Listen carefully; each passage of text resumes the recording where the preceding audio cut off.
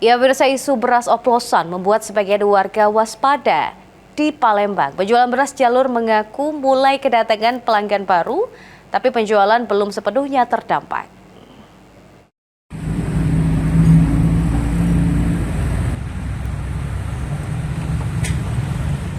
Isu beras premium yang diduga dioplos mulai bergaung di berbagai daerah di Palembang. Sebagian warga mengaku lebih memilih beras jalur, beras lokal dari petani yang dinilai lebih aman.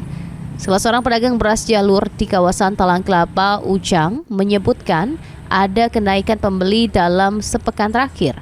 Meski tidak drastis, ia mengaku adanya perubahan perilaku konsumen. Aduh, beras ado itu. Karena banyak yang takut beli beras premium oplosan itu. Pak, pelanggan yang beli beras itu jalur ini sekarang siapa Pak? Apa banyak yang sebelumnya biasa beli beras premium atau macam mana Pak? Banyak pelanggan-pelanggan baru yang selama ini tidak beli, sekarang kan beli. Iya. Kalau dibandingkan dengan minggu-minggu lalu ada perubahan signifikan nggak Pak? Ada perubahan, cuman belum ada begitu signifikan. Ini kita Kenaikan ini dipicu oleh kekhawatiran soal kualitas beras kemasan premium yang belakangan diduga dioplos oleh sejumlah produsen. Namun, tak semua pedagang merasakan dampak yang sama. Bagi pedagang beras di Pasar 3 4 Ulu, Hendra, penjualan beras jalur masih stabil.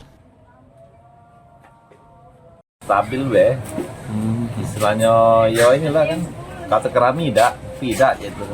Ya biasa lah masih. Pak, menurut Bapak peningkatan ada hubungannya tidak dengan isu beras premium yang dioplos ini Pak? Banyak tidak tahu sih mungkin ya. Jadi tidak pengaruh. Pokoknya stabil lah pas itu harganya. Ini penjualannya. Berarti belum ada perubahan signifikan ya Pak ya? Belum ada perubahan.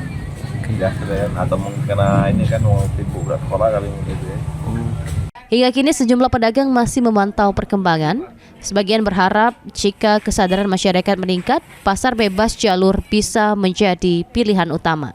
Hafidz Zainul, PAL TV.